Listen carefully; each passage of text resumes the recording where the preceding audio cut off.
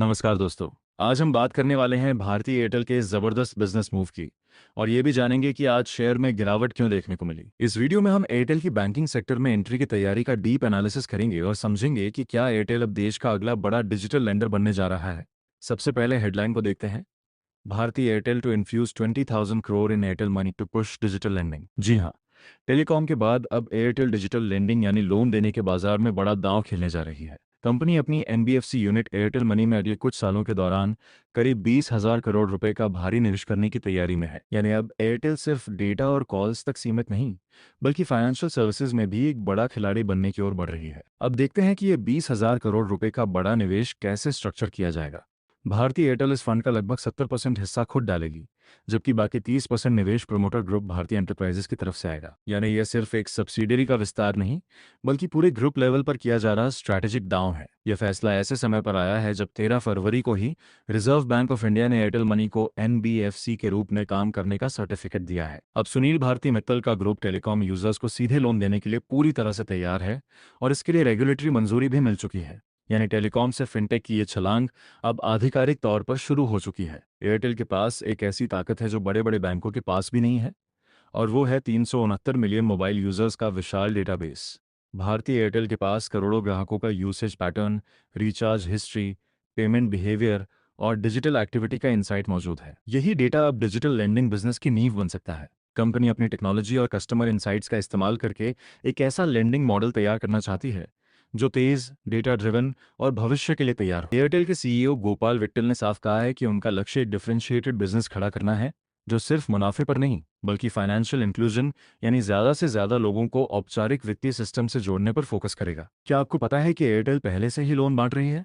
जी हाँ, भारतीय एयरटेल पिछले 2 सालों में अपने डिजिटल लैंडिंग प्लेटफॉर्म के जरिए 9,000 करोड़ रुपए से ज्यादा के लोन डिसबर्स कर चुकी है। यानी ये प्लान कोई नई शुरुआत नहीं, बल्कि पहले से चल रहे मॉडल का विस्तार है। कंपनी के पास 500 से ज्यादा डेटा साइंटिस्ट की टीम है जो रिस्क एनालिसिस और अंडरराइटिंग मॉडल्स पर काम करती है।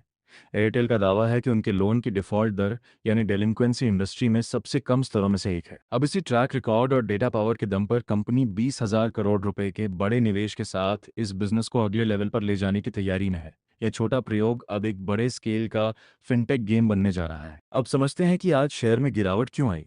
आज भारतीय एयरटेल के शेयर में करीब 3% की गिरावट देखने को मिली, और इसकी सबसे बड़ी वजह है कंपनी का 20,000 करोड़ रुपीस के एनबीएफसी प्लान का ऐलान। देखिए, अब तक एयरटेल मनी सिर्फ एक एलएसपी था, यानी खुद लोन नहीं देता था, सिर्फ दूसरे फाइनेंशियल इंस्टीट्यूशंस के लिए प्लेटफॉर्म की तरह काम करता था। लेकिन अब रिजर्व बैंक ऑफ इंडिया से एनबीएफसी लाइसेंस मिलने के बाद कंपनी खुद अपनी बैलेंस शीट से लोन देगी। यहीं पर मार्केट थोड़ा सतर्क हो गया है, क्योंकि लेंडिंग बिजनेस में क्रेडिट रिस्क आता है। शुरुआत में ज़्यादा कैपिटल लगेगा और सही रिटर्न आने में समय लग सकता है। यानी शॉर्ट टर्म में प्रॉफिट पर दबाव की आशंका है, और इसी वजह से आज शेयर में 3% की गिरावट देखने को मिली। अब सवाल है, एयरटेल आखिर इस सेक्टर में इतना बड़ा दांव क्यों खेल रही है? असल वजह है भारत का विशाल अनछुआ लोन मार्केट। भारतीय एयरटेल समझती है कि डिजिटल कनेक्टिविटी के बाद अब अगली बड़ी ग्रोथ फाइनेंशियल सर्विसेज में है। केयरएज रेटिंग्स के मुताबिक भारत का औपचारिक क्रेडिट टू जीपी रेशियो सिर्फ लगभग 53% है। इसका सीधा मतलब क्या है? देश की बड़ी आबादी ऐसी है जिसे अभी भी औपचारिक बैंकिंग सिस्टम से आसानी से लोन नहीं मिल पाता। यह मार्केट में एक बहुत बड़ा गैप मौजूद है।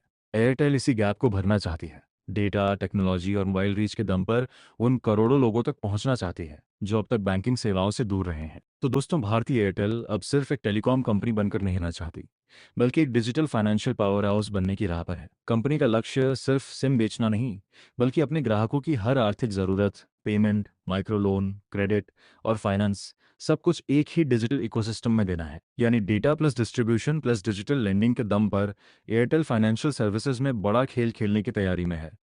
अब सवाल आपसे, क्या आपको लगता है कि एयरटेल बैंकिंग सेक्टर में भी रिलायंस जियो और पारंपरिक बैंकों को कड़ी टक्कर दे पाएगी? क्या आप एयरटेल से लोन लेना पसंद करेंगे?